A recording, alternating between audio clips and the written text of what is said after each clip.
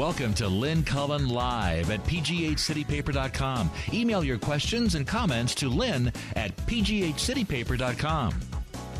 Hey, hello, and welcome to Lynn Cullen Live on a auspicious Monday, October the 7th. And big day today. There's a baseball game being played in 5 hours. Woo! And I see the sky lightening to the west. It's going to be a beautiful day. The rain will have moved on, and the unbelievable could happen. Yes, indeedy. So we replaced our usual background with the Jolly Roger today, which, by the way, I'm taking to the game. Yeah. I'm going to be one of the loons waving flags. I'm so excited. I can't even say so. So, we'll have somebody joining us later in the show to talk about Off the Record, which is always an amazing show. And there'll be a Facebook contest starting up sometime this afternoon in which you could win 3 tickets to Off the Record Thursday evening, which benefits, of course, the hungry. You know, over the years that I've been in a few, been doing Off the Record, it's raised like $350,000 for the food bank. I mean, that's just amazing, and all at the expense of local politicians and celebrities who are lampooned ferociously in this always funny and fun musical review. So, at any rate, if you've never been, I cannot tell you what a great show it always is, and it's like a one-time deal. Be there, be square. And they call it Off the Record because things are said that would never, ever, ever, ever be said on the record. We'll be talking about it later in the show just a little bit to give you a heads up about what's exactly going on. I understand there are a lot of kids that are not going to be in school or are going to be leaving a little early today. Maybe you saw it in the paper. A guy named Greg Riley wrote this excuse for his son. And it goes like this. Dear Mrs. U, I will be picking up Braden at 12:55 today. Braden has an appointment with Dr. McCutcheon. Braden has bucko fever.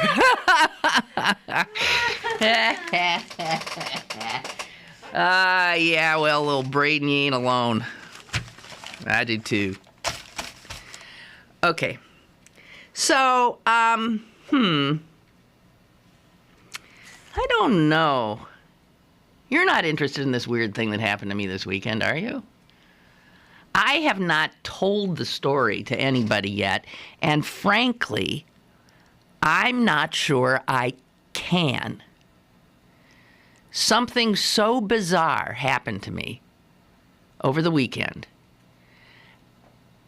that even now, I'm still not clear what the hell it was that happened. And I don't know if I can explain it. I'd like to think sometimes I'm capable of telling a good story. And can I try? Let me just try, because if it goes nowhere, then it goes nowhere. But I'm going to try to recount, to take you along with me and see if you would have figured things out any better than I was able to.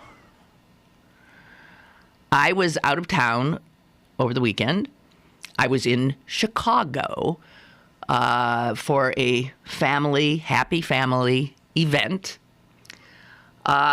In Chicago, I joined up with my immediate family and spouses and also with some extended family that always come in for these things. And we had a wonderful time. Wonderful. Saturday night, after the festivities had wound down, and my family, my siblings, their spouses, my mother, and I had returned to our hotel, not wanting to let the wonderful evening go, so desirous of spending just a little more time together because we were having so much fun, it was suggested that we all meet in Susan's room. All right, my mother said, I just want to get into something a little more comfortable and we'll be right there. So my mother and I we were sharing a room. We repaired to our room, which was 2 floors down from Susan's room. My mother got into something more comfortable, namely a little terry cloth thing, a little thing, and like slippers. And then she said, oh, but I can't get on the elevator like this. I said, sure you can, Mom. I said, nobody knows you here. Who cares? She said, well, I would not be comfortable. I said, okay. I said, you know what? There's stairs right out our door. I saw them. And I said, Susan's just up. We were on the 12th floor. Susan was on the 14th. I said, we'll just walk up 2 flights of stairs and bango, we're at her room. She said, oh, okay, we'll do that. So the 2 of us left our room. My mother in her little terry cloth nighty-looking thing and slippers, and me, I'm not sure what I was wearing, and into the stairwell, just a few feet from our door, we went. Up 2 flights of stairs to the 14th we went, and then saw the door, and the number on the door said 15. Right away, I'm mixed up. How could it be 15? We just went up 2. We started on 12. Wouldn't that put us on 14? And then we both realized it. There is no 13th floor, right? There was no 13th floor. So, in fact, even though it seemed that Susan's room was 2 floors up, it was only 1. So, no problem. Down we went, 1 flight. And lo and behold, yes, on the door it said 14, even though we knew it was 13. We open the door, we go out into a hallway, and I start looking for the number. I knew where Susan's room was. Here's where I don't think I can explain this story. There was no such room. What? I had been in Susan's room. It did not exist. My mother and I went down one side, up the other. We got to within 1 number of what Susan's room was, and then it stopped. It just disappeared. Back we went, around this corner. Rooms 1417 to 1455, that away. Rooms 14, and back we went. Now, admittedly, I'd been drinking some. So I thought, well, maybe you're not, and there's my poor 91-year-old mother in her nightgown, and she's like, well, how could that be? Where's their room? I said, Mom, I don't know. It doesn't make any sense. I can't. We stood there stymied in the hall like 2 idiots for the longest time. Then I said, look, let's retrace our steps. Go back to 12, our floor, and I think we were going to then maybe repair to the elevator. This is where it gets really odd. We went back down to 12, and now we couldn't find our own room.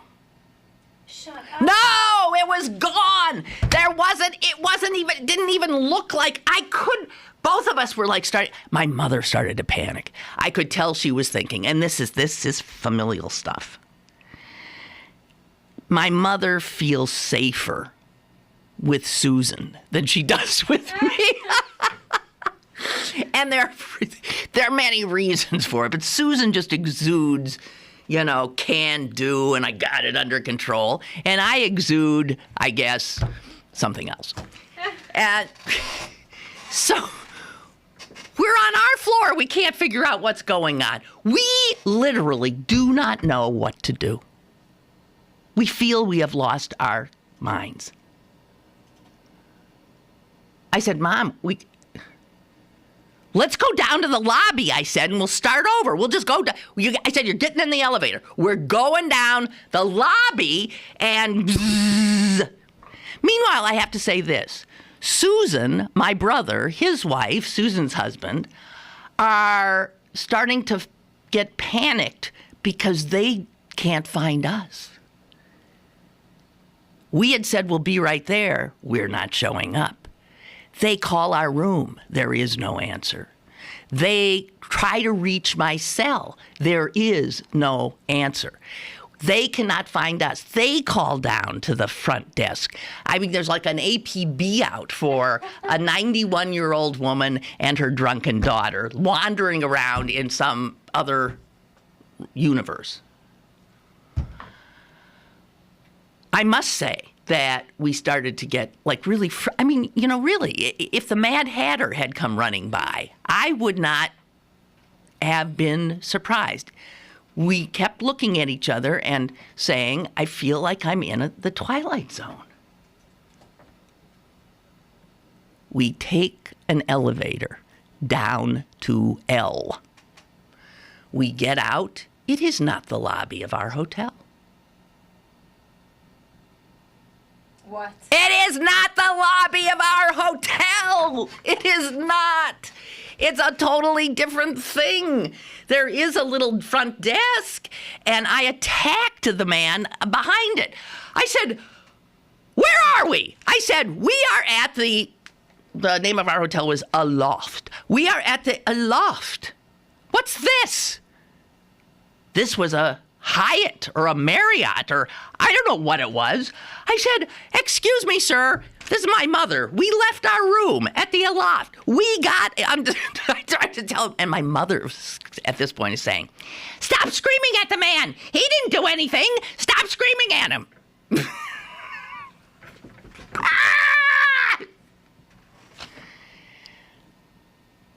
So we somehow managed to convey our predicament.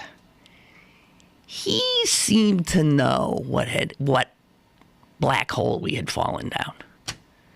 He said, give me just a moment. I will have a gentleman take you back, I guess, up through what... I swear, I still don't understand this. We went back in their elevator. He got us out at, I don't know, a certain floor. And then somehow we were back in our hotel. See, I can't tell the story because I still don't understand how we got. So here's the upshot of it, I guess. By the time we got to Susan's, they were hysterical. Where have you been? What happened? And then we tried to explain it, and nobody could. You can't explain something like that. Here, can any of you figure out what might have been the case? By the way, this was a totally new hotel we were in. No one had ever been in the bedroom we were in. This was a totally new, just opened hotel. And I think they got a little problem. I do. Because it turns out that they share a building, a core of some sort, with this Marriott or Hyatt that is around the corner and in another. I mean, you don't even.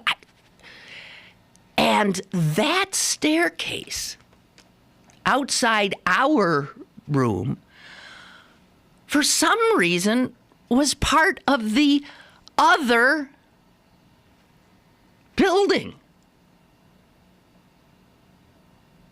The minute we walked into that staircase, we left our hotel. Now, first of all, that should not be.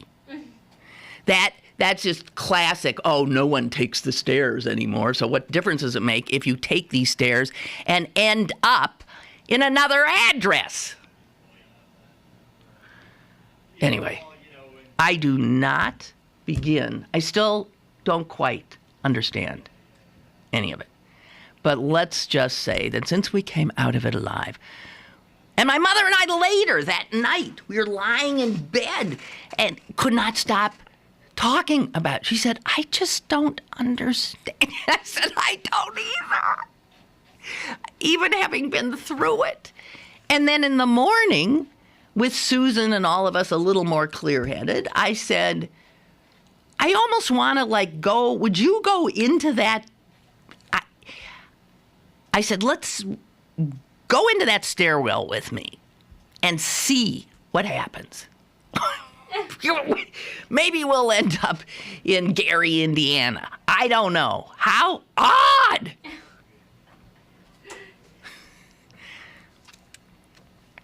I don't think my mother will ever travel with me again. Okay, so that was that. Then I get back. I want to get desperately back to Pittsburgh for the game. And I just, thank God, the plane lands. I'm racing through the airport yesterday. I'm thinking I should stop in the bathroom. I'm thinking, you don't have time, you've got to, and then I'm thinking, there could be traffic on the road. What if you really just stop in the bathroom? I ran into the bathroom. I ran out of the bathroom. I ran down the moving stairs. I ran to my car. I got into my car. And then I realized I didn't have my purse. Oh my God. Well, I just had my purse. I thought I did. I just had it. Then I remembered in my haste, in the bathroom, I'd hung the purse on a hook. I'd put my suitcase there. And I raced out, and I left my purse hanging in the bathroom. Oh my gosh. I turn. I race back through the parking lot, up the moving stairs, over to running breathlessly into the bathroom, and it's not there. I went to wherever it is you go when you're scared and desperate. The information desk. There was no one there. There was, however, a little sign saying, if you are in some distress, call this number. I did. I lost my purse. She said, I'll connect you with the police. They connected me with the police. I was asked my name. They said, yes, I think yes, it's been turned in. We do have it. If you would stay right where you are, an officer will be with you in a moment. I waited. Finally, yes, an officer came.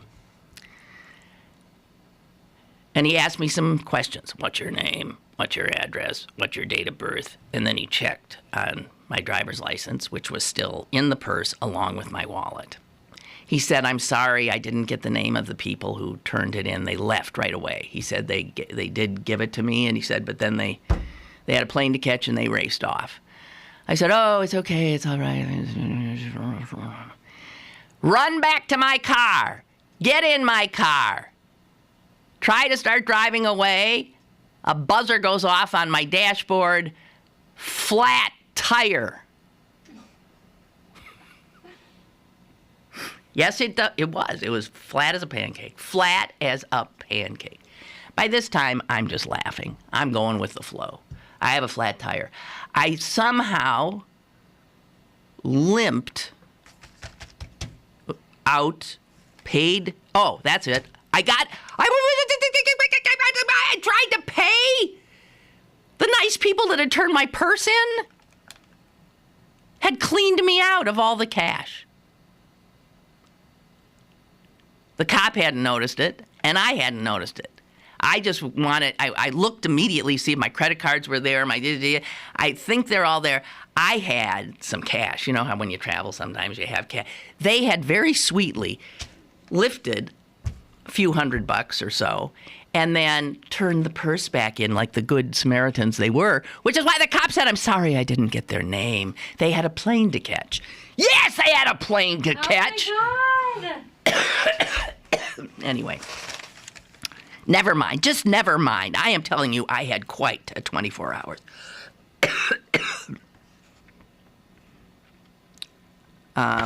So there you have it. I still can't tell that story because it doesn't make any sense, does it? No. Mm-mm. The thing that doesn't make sense is we couldn't find our way back to our own room. Oh my God. Oh my God. Have no idea.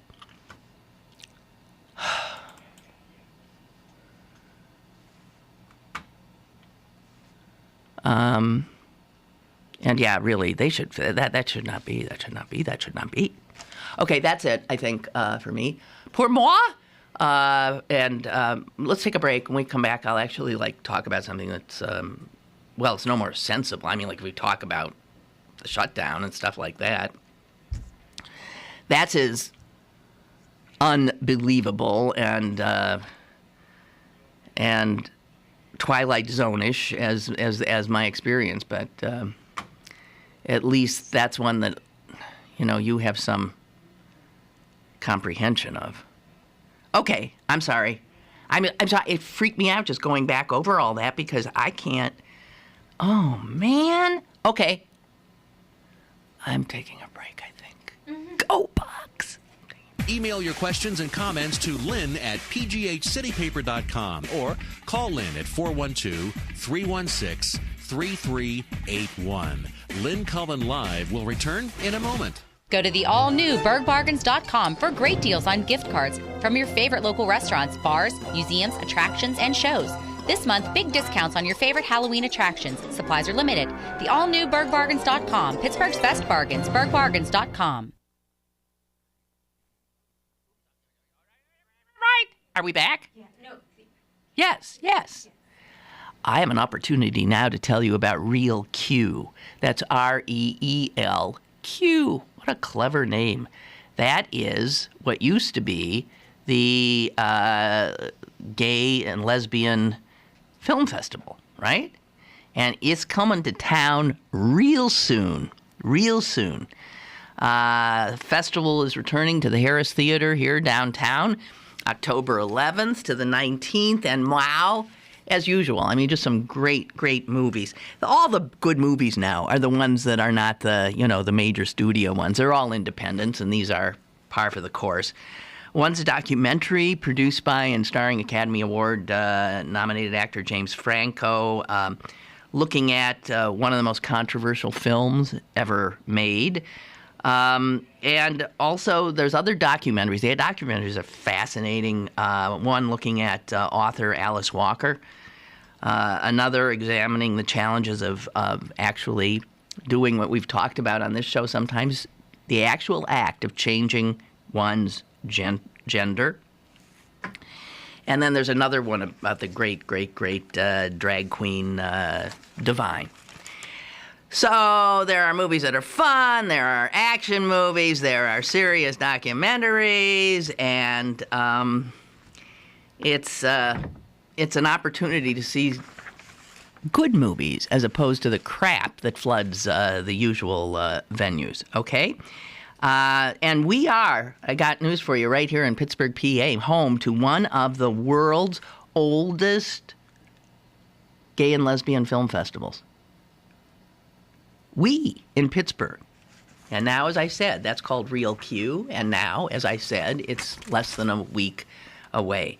So keep your eyes peeled. You check out Pittsburgh City Paper for all the times and all of the movies that will be there.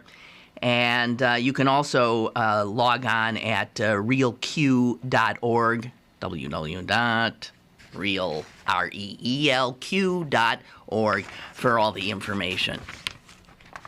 Take advantage. This is good stuff. Come to Little's for all of your back-to-school needs. Little's has everything for all ages to stay in style for this upcoming school season. Check out the large selection from Doc Marten, Steve Madden, UGG, Clarks, Lely Kelly, New Balance, and much, much more. Don't forget to come visit this season's colorful handbag selection as well. Little Shoes, Pittsburgh's largest family shoe store, 5850 Forbes Avenue in Squirrel Hill. Have a question or an opinion? Call Lynn Cullen at 412-316-3381 or email lynn@pghcitypaper.com. Now, more with Lynn Cullen Live. Yeah. Oh, there was. This made me smile this morning. There's a story about the Senate, the Senate's chaplain. You know, both bodies of Congress begin their day with a prayer, which, of course, all of us do as well when we consider that they are there actually managing the government. A prayer is not a bad idea. It couldn't hurt. So the Senate chaplain, it turns out, has had that position for 10 years. He used to be a Navy Rear Admiral, but he was a minister also. He's a very high-achieving gentleman. He's also the first African-American chaplain that the Senate has had. And he is somebody who takes his job seriously, ministering to that 100-person body. And he has established very strong relationships with them. He often attends senators on their deathbeds. He has become truly the minister to many of these people. And he sees his job as, he takes it seriously. I mean, takes it totally seriously. If he's going to begin with a prayer and his congregation essentially consists of these 100 people, he's going to talk to them like a minister does. And ministers often don't tell you what you want to hear. Isn't that true? If they're doing their job? Yeah. Well, this guy does his job.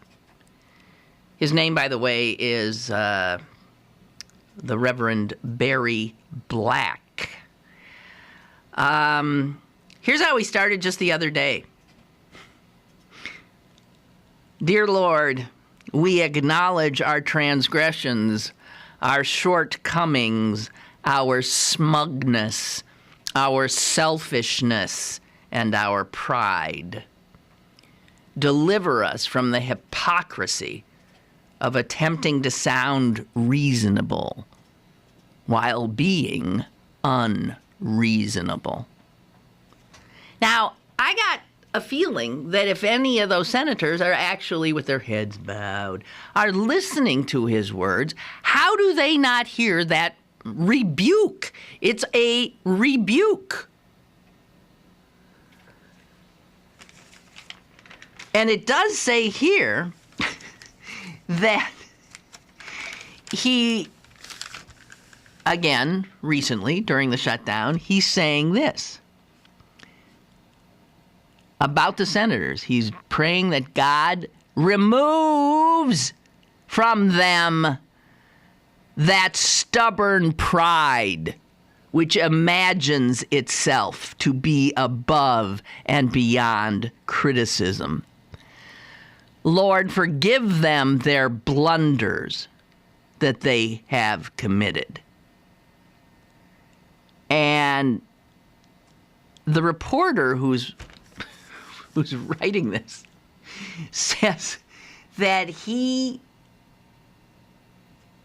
when he says forgive them the blunders and remove their stubborn pride, he said Harry Reid, who was standing, as he always does seem to stand, with his hands folded and his shoulders down and his head down, he actually, like, his head shot up and he looked directly at the chaplain as if the chaplain had, like, stung him in some way.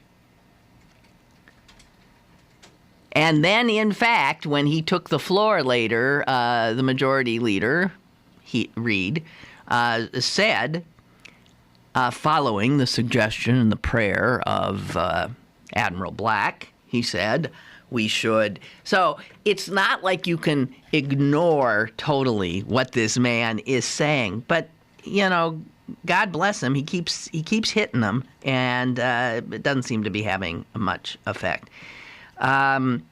He has regular Bible study classes that he holds for senators. Those have been canceled because of the government shutdown.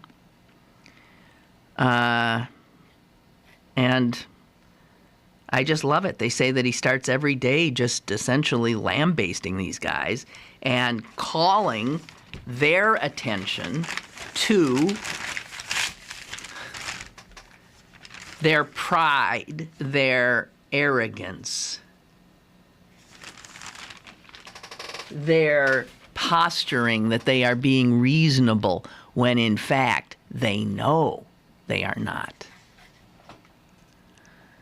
So that's one in our corner, just so you know. Now wait, did I get something here from? Oh yeah, Ray says he has a possible explanation for my otherworldly experience with my mom. Lynn, I used to run into similar issues in the old UPMC buildings I would work on in Oakland. They would attach one building to another, and they would share mechanical systems, elevators, and stairwells, but they did not always share the same elevation. So the 4th floor of Old Children's Hospital might match up to the 6th floor of UPMC. And if the stairs use one floor numbering system and you assumed it was yours, you could find yourself in the wrong building. Well, we did find ourselves in the wrong building and unable to get back to our own. I still don't quite get it, Ray. But clearly this is one of those situations. This was a new, just opened hotel, and obviously had carved out some space that was part of this other. Who the hell knows?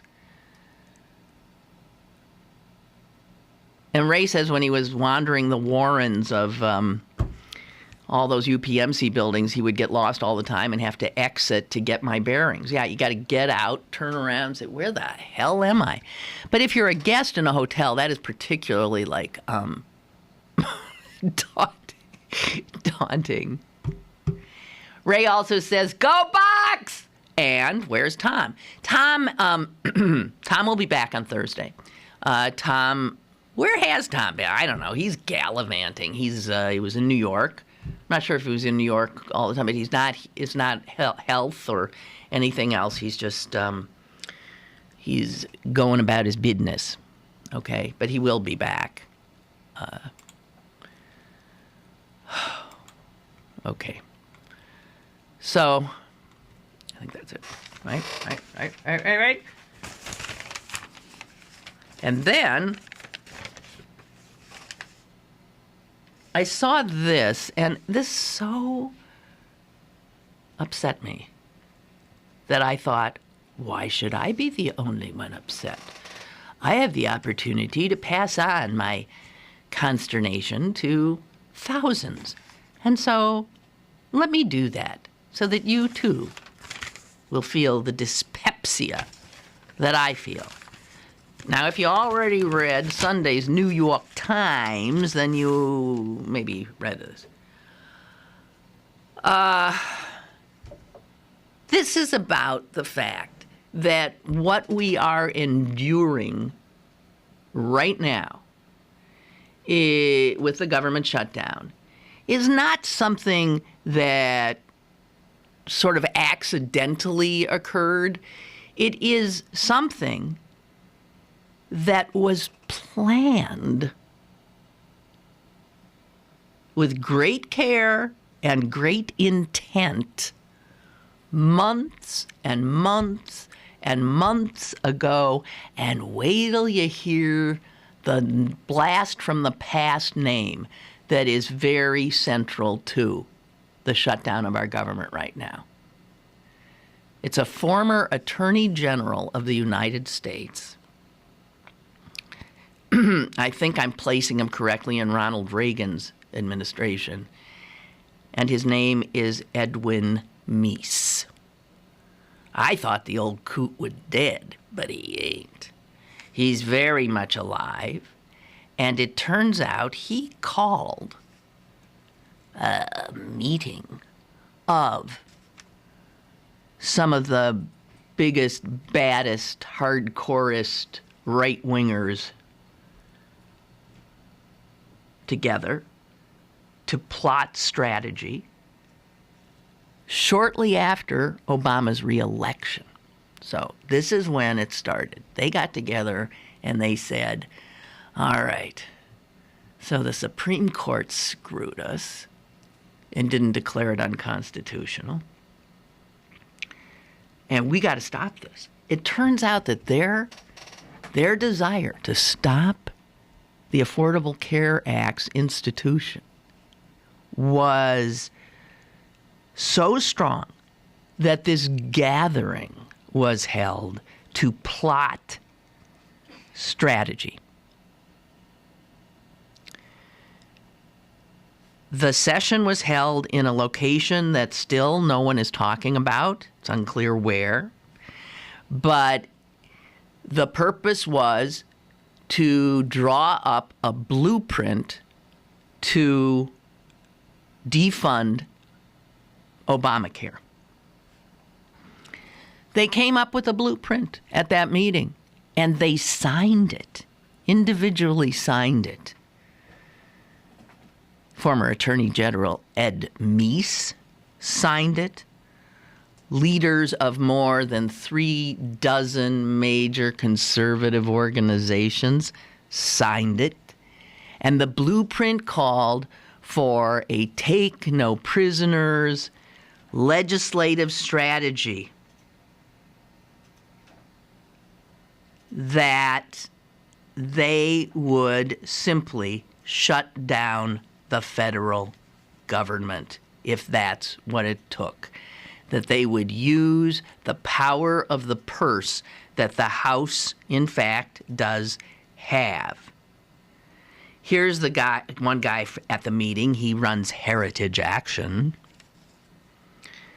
He said, at least we felt very strongly from the start that this was a fight we were going to pick.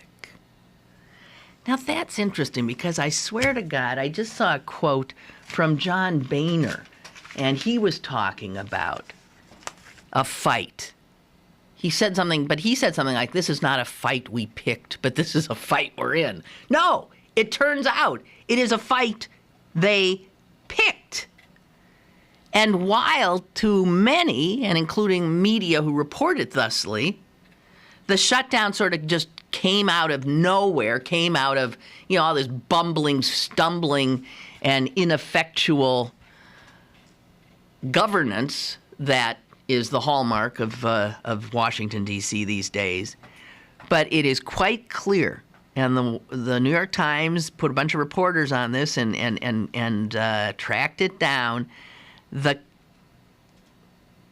This has been something that they have been putting together for well over a year. And it was to be a broad-based assault, a final-ditch effort to stop this law. Not surprisingly, here's some of the people that were at this meeting. Tea Party Patriots, Americans for Prosperity, Freedom Works, the Club for Growth, Generation Opportunity, and Young Americans for Liberty, Heritage Action, which I noted. Oh, and guess whose money was funding all of it? Okay? Here, I'll give you a hint. You see this? Spelled differently, but sounds the same. Yes, it would be those Koch brothers. The billionaire Koch brothers, ladies and gentlemen, who obviously have a bottomless pit of money in which to corrupt this country's government. They were deeply involved with financing the effort. a group linked to them, Freedom Partners Chamber of Commerce, dispersed more than $200 million last year to nonprofit organizations who were involved in exactly this defund, destroy, delegitimate Obamacare at all costs. And because these guys do play rough, they spent a lot of money going after their own, going after Republicans, keeping track of every one of their votes, letting them know, if you wiggle, we're coming at you. And, of course, we know how they come at them. They come at them from their right flank. Any Republican who sounded like a little like, oh, well, let's compromise, maybe, they immediately found themselves on the receiving end of advertisements in their districts. As a matter of fact, Heritage Action alone ran critical internet advertisements in over 100 Republican lawmakers' districts, just trying to keep the misinformation, the disinformation campaign. You wonder how all these people living in, this other universe that they inhabit. That was the scary thing. I thought maybe I did. My mom and I had dropped into the world that the Republicans live in. I did, because I've always said they're living in some parallel universe, and then to physically find yourself in what appears to be a parallel universe is really disconcerting. One of the things we've heard, that 26 states did not expand Medicaid like was supposed to happen so Obamacare would work. This is interesting because guess where the money to fund all that legislative hocus pocus, which screws so many poor Americans out of the promise that was the Affordable Care Act. That money came, again, from the Koch brothers, from this group, in its effort to, in any way that they could, to make this not work. So people are finding out that because of what these guys did, it does depend where you live. If you live in a red state, the chances that you will have the same kind of opportunities available to you through the Affordable Care Act are not going to be as great. In fact, you might not even be able to have it. And that, too, funded by this crowd, the driving forces behind this campaign that we are now in, up to our eyeballs and then some.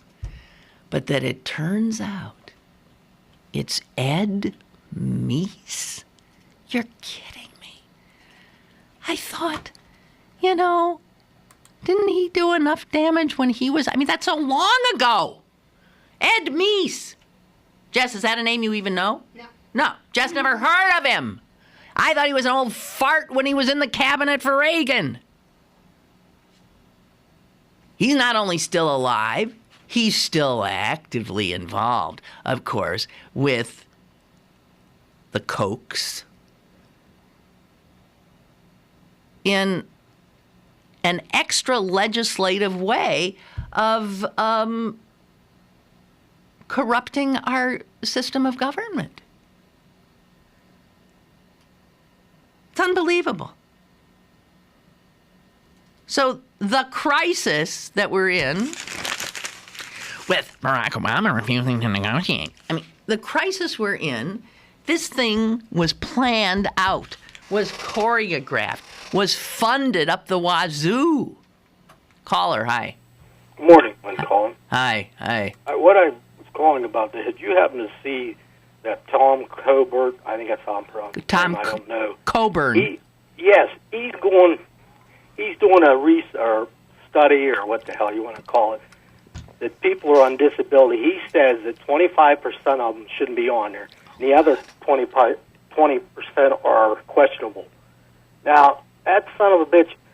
I know there's people that cheat the system, but my God, what about the oil subsidies and all that type of thing? They don't worry about that, but it's all about the poor and the middle class every time. Isn't it something?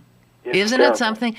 My favorite quote ever, and I wish I never know who to, because somebody's sister was being quoted, is her thing was, she said that what Republicans truly believe the problem is that the poor people have all the money. Oh, yeah. That's comical. But isn't that seemingly what it comes down to? Because all they can do is take money from poor people. Rob the poor and give to the rich. That's what it's all about. Right. Unbelievable. I hear you. Okay. We'll see. Thank you. The problem with this country is the poor people have all the money. They really think so. They think that somehow the poor are to be envied because they're living high on the hog at the expense of hardworking America. They really believe that. And anyone who has spent 2 seconds looking at the world of reality will tell you that, of course, all the corporate welfare it makes up the... You know what? I'm going to take a break because our guest is here, and we'll get him in the door in just a sec, okay? I'll be right back. More is on the way with Lynn Cullen Live. This week's Pittsburgh City Paper previewing the 2013 Carnegie International is available now. Pick up one today for our special Halloween guide. Plus, Jerry Seinfeld, Celtic Thunder, Soul Asylum, and The Legend of Zelda. Pittsburgh City Paper available at over 1,700 locations throughout Western Pennsylvania and on the web at pghcitypaper.com and on your smartphone with GPS-enabled music, event, and restaurant listings at citypapermobile.com. This is Les Ludwig, an independent candidate for mayor of the city of Pittsburgh. I ask for your vote on November 5th, and here's why. Some candidates play politics. I stand for a secure position in regards to fracking, one that's based on my background as a food technologist and opportunities that were presented in my lifetime in the dairy industry when I was a food chemist for the United States Army in Washington, D.C., and the dairy products literally stunk. Someone had to go ahead and take a stand. I did the chemistry, and I stood tall. What are we doing here with fracking? We have a fight between money and public safety. No one has defined clearly where the danger level is in the distance from the wells. Until we take the moratorium for 3 years and find out what that answer is, I have to stand on the side of public health, not on the side of $500 million of money. It's a mistake because when we poison our water, we literally sentence ourselves to big trouble. I ask you for your vote and the question of standing tall when it comes to making a decision about fracking. Let's keep Allegheny County and its citizens safe. I thank you. You're listening to Lynn Cullen Live at pghcitypaper.com. Once again, here's Lynn Cullen. Look, right over your shoulder, you got this. All right, welcome back. Hey, guys, guess what? It's me, it's Jolly Raja, and it's Dan Majors. Pittsburgh Post, wearing his media pass for the game. If I don't have it hanging around my neck, I lose it. Wow. So you have been writing Post-Gazette report. Mm-hmm. You've been writing about these pirates through aren't you? The Cincinnati game, I wrote a fan story, and yesterday, this morning's paper, I had the story about Kevin McClatchy throwing out the first pitch. I'm not in the sports department per se. I didn't think, but you're doing the edges, right, the features. Exactly. Anything athlete related, the sports guys cover it. But all the sort of fun residual stuff you get. Yeah, I think it's great. Oh, man. So fun. But this guy ain't here because of the pirates. He's here because he's a man of many talents. And you are like the chief writer this year? No. One of the chief writers? It's a team effort, yeah. Off the record, ladies and gentlemen. Off the record. After 12 years of being written by my coworker at the Post-Gazette, Gary Rothstein, it was his brainchild in the first place. Yes, it was. To put on this production, poking fun at local politics and raising money for the Pittsburgh Food Bank. And after 12 years, Gary was ready to turn it over, and 2 Post-Gazette writers, myself and Bill Toland. And Bill Toland, 2 gluttons for punishment. Oh, it's so fun. Oh, okay, we'll do it then. You've been there, you know. It is such a huge undertaking. I cannot believe this, and I've told audiences for the last 13 years. To miss this is to deprive yourself of such a unique, hysterically funny, wonderful event that also raises tons of money for Pittsburgh's hungry people, for the food bank, and also for scholarships funds for the unions that, it's, by the way, the unions that are responsible for putting this on. Your newspaper guild and that's right, and the SAG and AFTRA. Right. That's my union. Yeah. Yeah, SAG-AFTRA.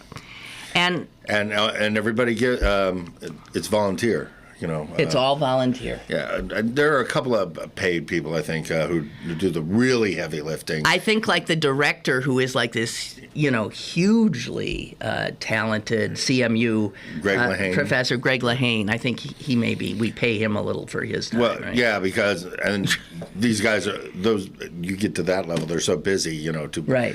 There are 3 or 4 weeks of rehearsal involved and script preparation, so it can be time consuming, It and also, I mean, let's explain that there's some real pros on that stage. There's also some not so pros.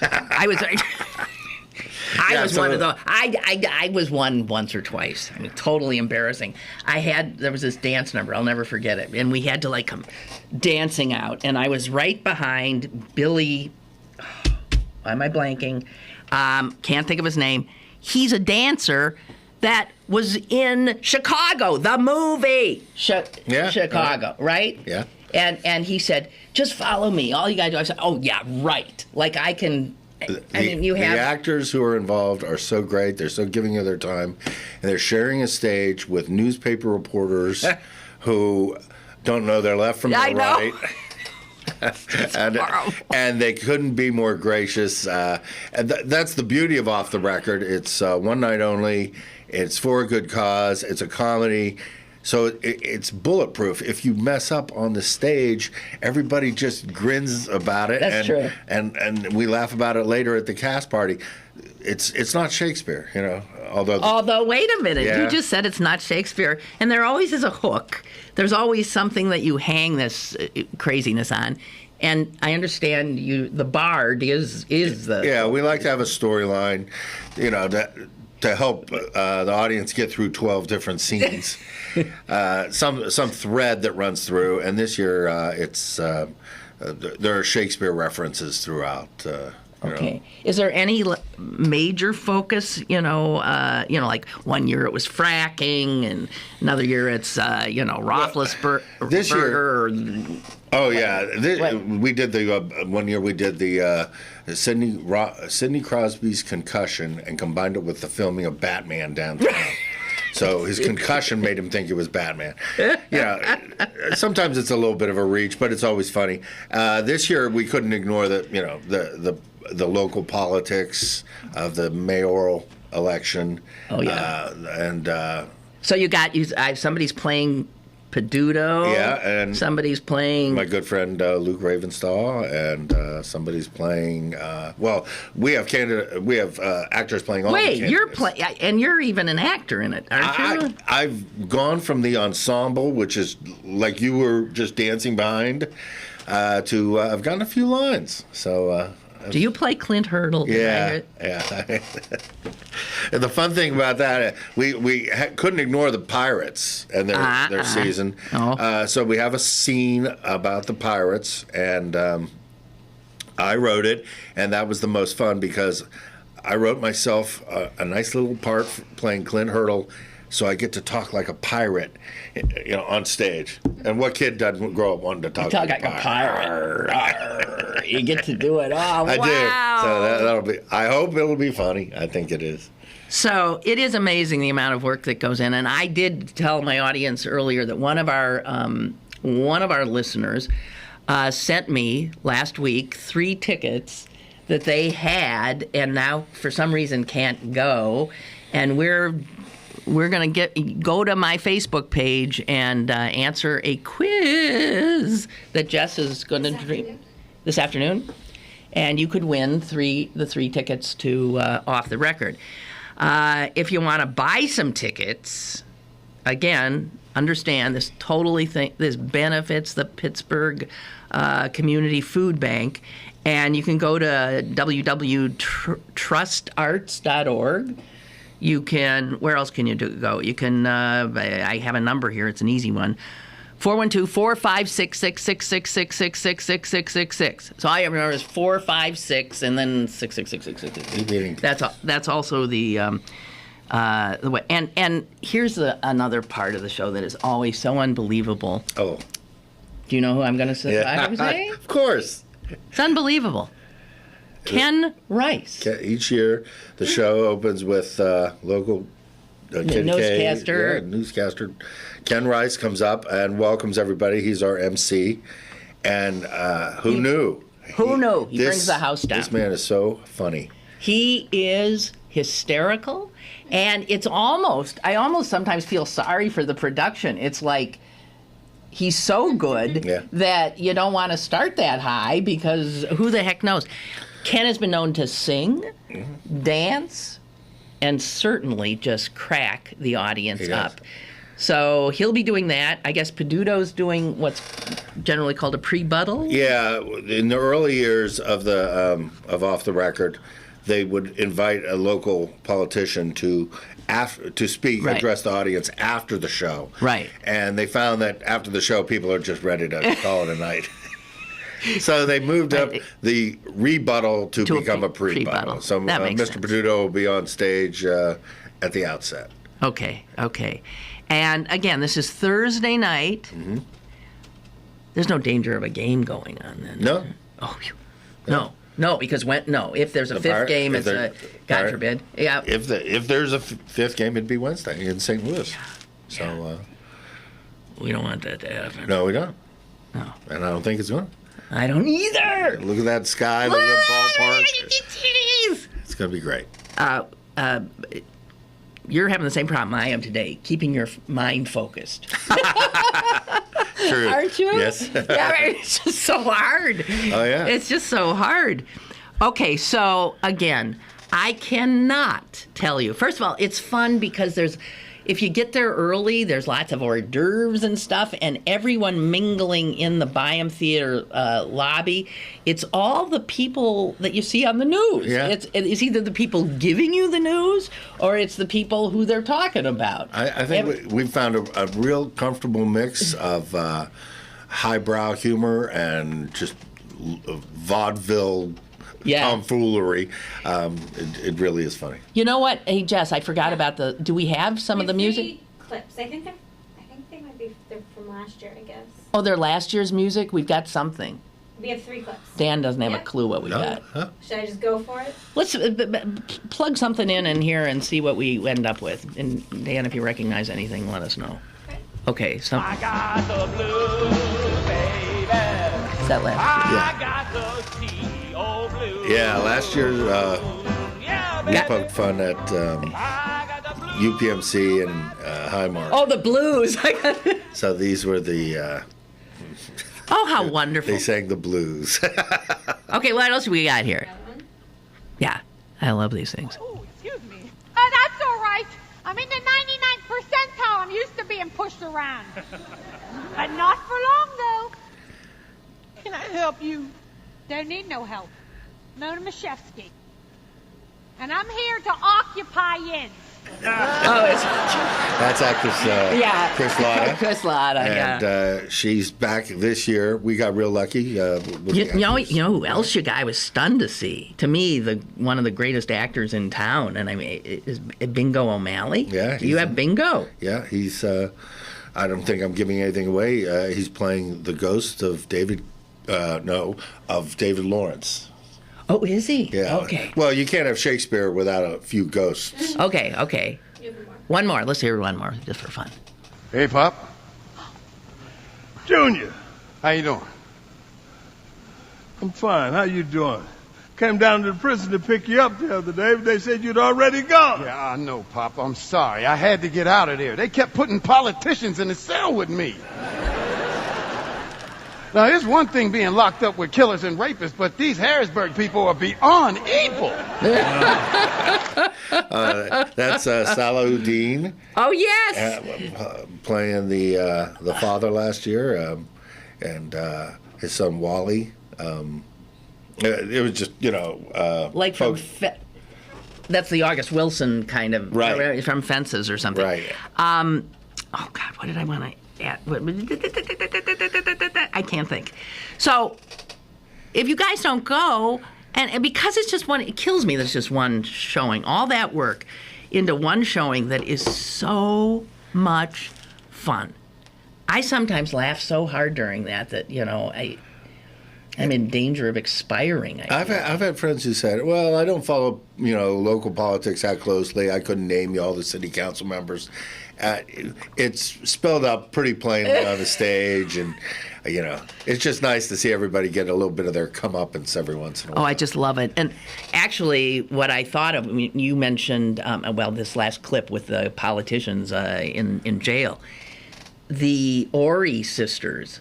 Yeah, we were having some fun with them, too. The Ori sisters are like the three witches from Macbeth. Yeah. Yeah, that was just too obvious a parallel to... No, you couldn't. So, generally speaking, the pals that get poked enjoy it. And I think it's become a badge of honor, in a way, to be parodied. I mean, they want to be. We've had, the pre-Buttalists in the past years have included Dan Honorato, Luke Ravenstahl, Rich Fitzgerald. This year, as you mentioned, Bill Peduto, who is a target of just about, half the scenes. He's,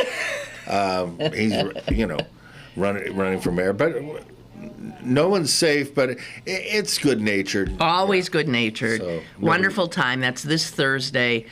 Off the record, this is the 13th year.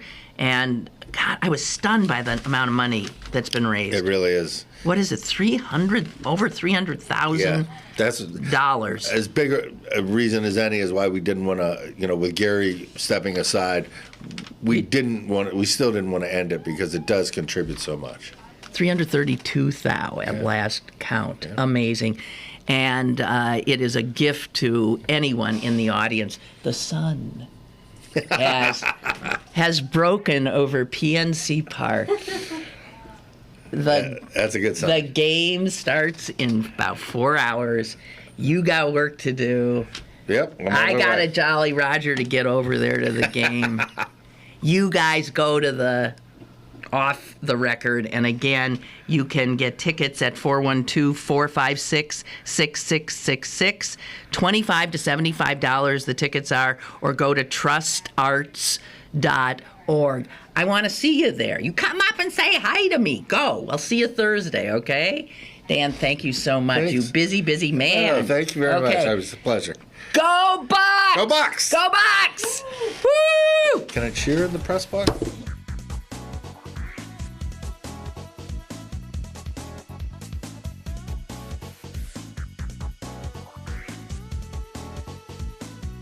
Lynn Cullen Live, Monday through Friday from 10 a.m. to 11 a.m. and archived at pghcitypaper.com.